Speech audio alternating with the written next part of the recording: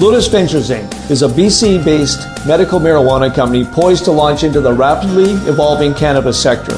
Lotus is in the final review stage of the Health Canada approvals to become a licensed producer, having arranged facility financing of up to $12 million, plus building permits for its prototype indoor production facility. Shares trade under the symbol J on the Canadian Securities Exchange. Visit our website at lotusventures.ca. You're listening to HowStreet.com radio, available online at TalkDigitalNetwork.com. Welcome to HowStreet.com radio, the online source for market opinions. Here is Jim Goddard. My guest is Stewart Muir, Executive Director of the Resource Works Society. Welcome back to the show, Stewart. Thank you, Jim. Always good to be here. Some of the issues that have come up during the BC election campaign, is there anybody who's come out and said, here's a way to do mining and other resource development in a sustainable way that'll help the economy, keep jobs, and not hurt the ecosystem? Well, I think it's something that actually all three, the parties, the BC Liberal government, the BC NDP, and the Greens have all had something to say about. And, you know, I think it's interpreting what they mean, comparing it to the records, and predicting what the future might hold in regards to this very important foundational economic question is a game we play at this season of every 4 years when it comes around. Do people who live in urban areas understand how important resource extraction done well is to the BC economy?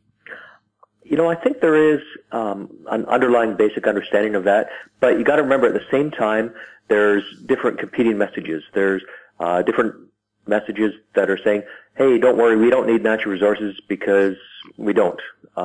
We've got other things. Now, if you're walking around holding a phone, say an iPhone, you're actually dealing with a product that's not just technology, it's also an incredible representation of minerals and metals that all have to be mined. And so you can't escape, in modern life especially, the daily, minute-to-minute interaction with things that have to be mined. And if we're going to do that, we've got to do it responsibly. And of course, too, people say we don't want oil anymore. Look around you and see how much stuff is made from plastic, which is oil. That's right. And over the decades to come, although we're going to be switching to other fuels, the fact is that no one has shown convincingly that there's any way we can truly get away from oil and gas in our lives anytime soon. Now, that's not to say we shouldn't be working towards that worthy goal, because we know there are good climate reasons to do so, but we are so reliant. 80%, 4 out of 5 actions that we do are, you might say, are about oil and gas, because 80% of our energy is from oil and gas in British Columbia today. Softwood dispute. The Americans want to slap tariffs as high as 24% on BC softwood. Is there anything that BC or Canada could do in retaliation? Well, I think Premier Clark has really taken industry by surprise, and possibly President Trump. I would imagine he's been briefed by now on what she did in saying, look, you ship a lot of thermal coal, the kind that's used to make electricity, and combusted, put into the atmosphere. You ship a lot of it from the States, comes up by rail, comes into our port in the Strait of Georgia, and then it's shipped off to its market. A lot of it would be China, and there it's used. So if you're going to do that to our lumber to the States, which you guys need to build your homes, and you should treat us respectfully, but if you can't do that, look, we're not going to ship your coal. We have other things we could ship out of that port. Well, no one has ever said that. That is, I think, a stroke of genius, politically speaking, to come up with a solution. I mean, just imagine what President Trump would think when he hears something like that. Who has said anything like that to him? He's not used to it in government, but you know what? That's exactly, when he was a property developer, the kind of thing he'd do every day. So I think she's actually talking his language. During the debate on television, did you see anything that would lead to reliable, supportable jobs? And what about the regulations that other parties like the NDP and the Greens are suggesting? Yeah, I mean, right now we've got a functioning resource sector. And we also have highly regulated processes for approving things. And what's the evidence of that? You might say, I know I've heard, oh, look at the industry, they're buying the government, they're donating all this money. Well, actually, if they've done that, and I'm not sure the evidence actually shows that, but if it's true they're doing it, then why is it that government, which supposedly is so supportive of industry, rejects so many of their projects and frustrates and disappoints the expectations of companies that are trying to create jobs, shutting down pipelines, saying no to mines. This happens every day in government, and it's something that companies have to deal with. So I think the reality check is that if you said you're a party that wants to make regulations more difficult to navigate for companies, that means BC will be saying no to even more things than it does now.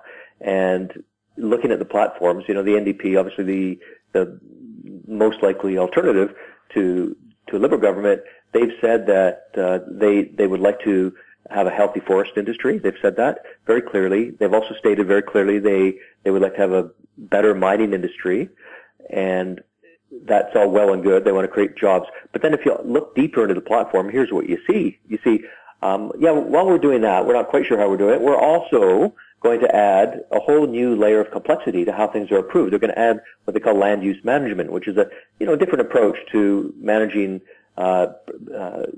development projects, and it's one that brings in new levels of authority, new processes, and ultimately slows things down. So if you think things are bad enough in BC already because of the way government approaches approvals, that scenario would make it incomparably more difficult. And they're also talking about the relationships with First Nations, which are paramount. And I think we've seen in the last couple of decades a growing recognition that things haven't been right, that there are great wrongs to correct on First Nations, and especially on the land base where so many First Nations live and have their traditional territory. So there's been improvements. My group, we've been holding conferences with First Nations groups. We've been working to be part of that story of improving the self-attainment of First Nations. So when I see in a platform, more of that, I think that's good. But at the same time, some of the policies are going to inevitably slow down approvals. And once again, there's another factor. If we have a promise to do everything possible to stop an oil pipeline, the Kinder Morgan pipeline, I'm not sure what that means. Like what things will be done? Here's a federally approved project. It's not a provincial decision. It's going to have shovels in the ground as early as August, September this year to spend $8 billion in BC, most of it in BC, resulting in hundreds of businesses that supply the oil sands and pipelines having work. They're going to say no to that. But they're also going to say, oh, by the way, we want to spend $22 billion on new housing. We don't know where the money's coming from. We're not talking about that, but don't worry, we'll look after it. So, to choke off your income and then increase your spending, it doesn't work in my household and it doesn't work in anyone else's, but how can it work in government? Has BC missed the boat when it comes to LNG? Because both Australia and the U.S. are exporting tremendous amounts of natural gas now to Asia, and yet what's BC shipping? Yeah, well, BC is working on the LNG file. There's a conference coming up in May. People are actually spending money to come to Vancouver to take part in a conference. It's being organized with experts in LNG from around the world. We see, there's different numbers provided by industry as to how much has been spent on LNG. It was stated falsely by someone in the debate that the LNG is not happening. It's, when billions of dollars has been spent to acquire land, leases, to get pipelines ready, to deal with the contracts with foreign places, to travel around, hire those people, hire the engineers, all the lawyers, that's all been done. You can see that's been done. So anyone who's saying that LNG has not, been happening in BC is not telling the truth. Now, we know that the end point of LNG is to get a terminal that does the export. And that is the elusive thing. And we've seen world commodity prices being what they are. But smarter people than me, and perhaps you, Jim. You're a smart guy, so I don't want to presume, but some really smart people working in these LNG companies are out there doing all of this work. They're spending their financiers, shareholders' money to do this work, so they've had to run it up the flagpole, make sure the chiefs sign off on it. In the real world, people don't do that kind of thing unless they have serious intent. So, it's really disappointing when you see, politicians grandstanding on a falsehood like that when they say this. But, I have another big worry about LNG. We'll have more with Stewart Muir right after this. I'm Douglas Mason, President and CEO of Rainy Mountain Royalty Corp., RMO on the TSX Venture Exchange. Rainy Mountain's Brunswick property is located in the Rideout Shear Zone in Ontario.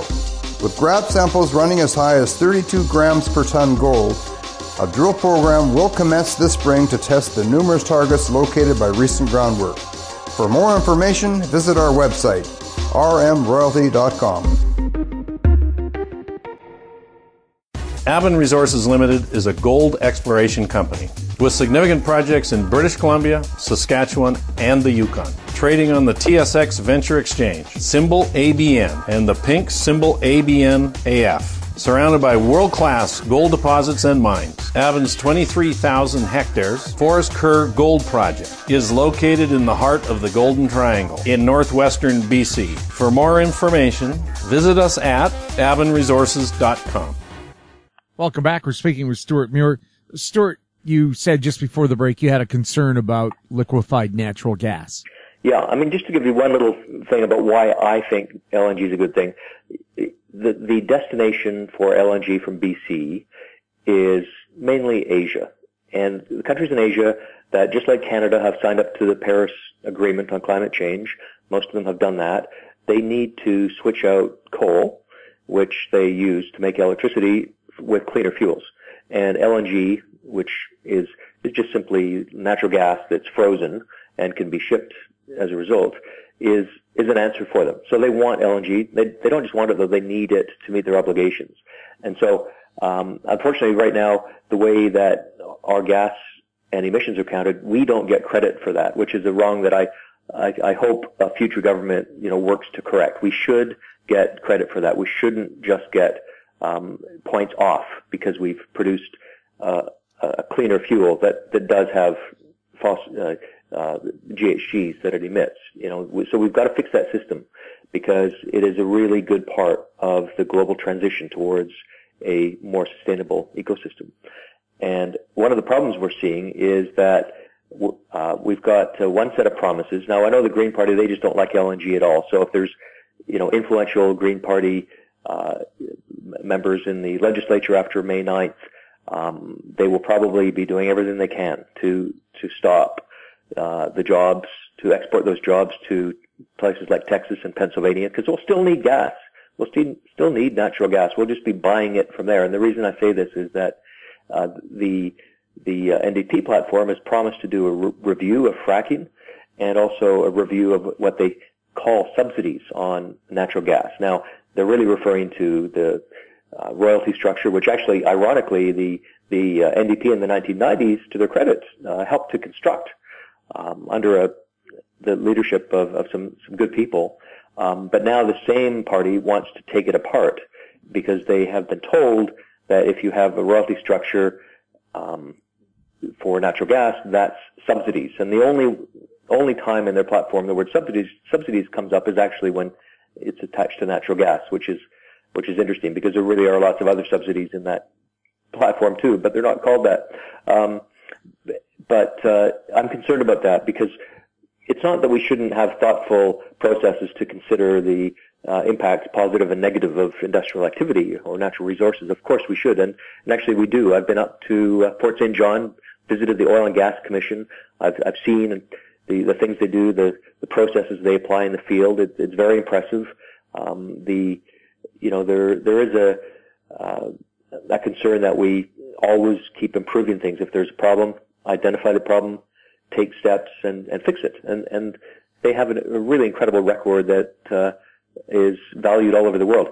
And the same is true of fracking, hydraulic fracturing, which is what we use to get a lot of our natural gas, probably a majority of it easily.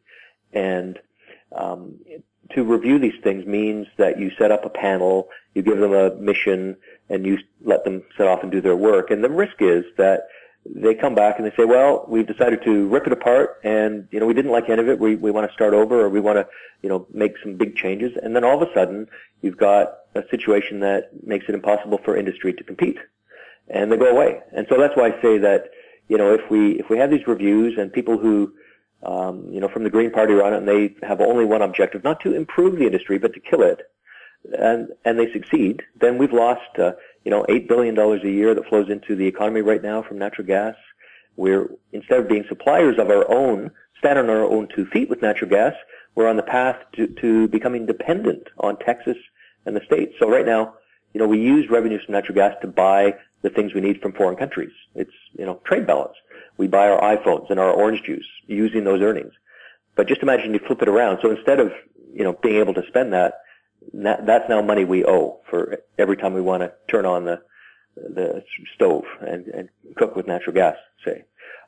So when I see these two reviews coupled with a carbon tax increase that will go from current level $30 a ton to $150 or $160 by 2030, which is what the NDP promises, you've got a triple whammy effect on the natural gas sector. That basically means no LNG sector.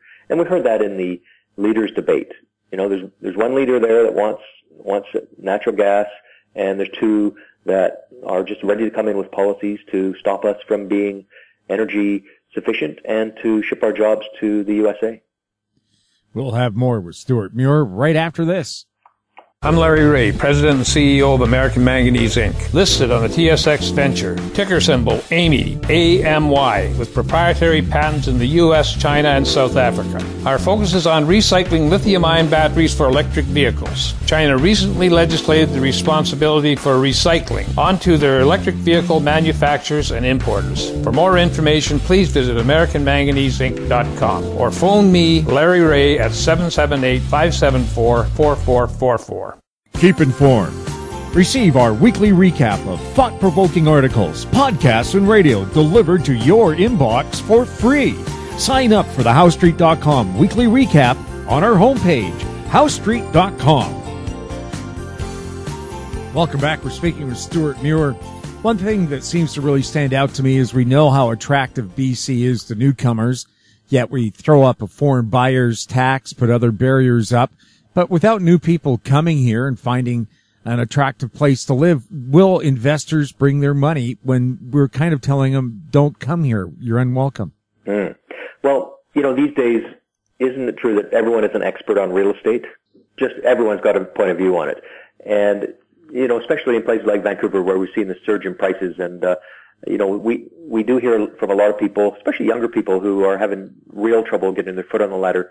For some reason, I don't know why, we don't hear from those who are benefiting from it, because there's a lot of people, they've had equity in their homes that has allowed them to do things like help their children buy homes. A lot of that going on. We don't really get those stories. I don't think the media is interested in them because it doesn't cause viewers to be irate or whatnot. But, I was thinking about this, Jim, and, consider if you were, say, a shop owner, you had a store, and you had some merchandise that everyone wanted. Maybe your Lululemon. All of a sudden, the world's beating a path to your door. They love your great stuff, and they'll pay the price for it. So you're raising your prices. You're charging what the market will bear, as businesses do. Now, in the retail business, that would make perfect sense. In Vancouver's case, here's a jurisdiction, British Columbia, Vancouver, that is so desirable. People are coming from all over the world to buy houses. They really love and want them, and they'll pay a lot of money for them. They're not going to Saskatoon to do that, or Minnesota. They are going to other places like Auckland and Sydney and London and New York to do that, because those places are also really popular, and they're also sky high for housing. So you might say that's an interesting problem that Vancouver's got. We're so desirable that so many people want to come and buy houses. It's driven the price up. Now, one reaction is to say, well, we better stop that because it's no good. It's keeping people from from buying the houses those foreigners are buying. Okay, that's basically the conversation we've got right now. But look, here's another thought. What if we said, look, obviously we're a desirable place. People want to come here. How would we facilitate more people coming and also facilitate more of local residents having places to live? Well, you build more housing, and you'd also make it possible to go to places where you could have more housing. You know, if you could drive from downtown Vancouver to the Sunshine Coast, or you could, you know, get on a bridge, and maybe there's a little bit of ferry involved, and get to Vancouver Island. You know, you could break the problem of Vancouver, which is that it's surrounded by mountains and the river and the U.S. border and the ocean, and you know, let people get to these areas and also spur investment. So you've got more housing. You know, this is something that I was just thinking about, because it would be a way to make it a more positive real estate market that more people would get the benefits from. Those people who have put their life savings and their lives into owning their homes, they're not going to be as worried as they are right now that there will be continuing decline in the value of their assets. And those people who are younger and coming up and are really frustrated, some of them quite angry. You know, there's a real feeling out there from some people, but you know, it depends who you are. It depends what your life stage is. And so how can you help everybody? I think rather than closing down the store, you want to expand it, because that's how, and I mentioned Lululemon as an example. Well, they solve the problem of everyone wanting their product, not by saying, well, shucks, let's close our doors, it's too hard. They opened a worldwide chain, and it grew their business. So growing the business of Vancouver being a desirable destination can be accomplished by building infrastructure that lets people get to good places to live, and then everyone wins. Well, bridges to the island, perfectly doable. Pat McGeer came up with a plan back in the late 70s, early 80s, and I saw a documentary, a Vancouver engineer that has helped bridge the Japanese islands and Scandinavia, said the challenges here from Vancouver to Victoria are minor compared to what they were in the other countries. In other words, there just isn't the political will to get it done. The political will, and, you know, despite the obvious evidence of our real estate prices, I mean, it's almost like putting a gauge on the real estate market that tells us something. It tells us we're hot. We're a hot market. There's the evidence that we could have that. But right now we've got a really small population, even though people, you might think we're crowded. Well, compared to how people live, you know, just in India, we talked about that, and we all know how crowded it is there, and boy, did I see that with my own eyes. We have it awfully good here. If you define good as not having very many people around, we're very thinly populated. And until we have infrastructure investment to facilitate any change there, it's probably going to be more or less the same into the future. There'll be some growth, but it won't be of a transformational nature. It will be incremental, and I don't think that will lead to any big change to high real estate prices in Vancouver. Stewart, thank you so much for chatting with us. Always a pleasure. My guest has been Stewart Muir, Executive Director of the Resource Works Society. His website, resourceworks.com. You're listening to HowStreet.com radio. Find us on Twitter at TalkDigitalNet. Our very popular YouTube channel is Talk Digital Network.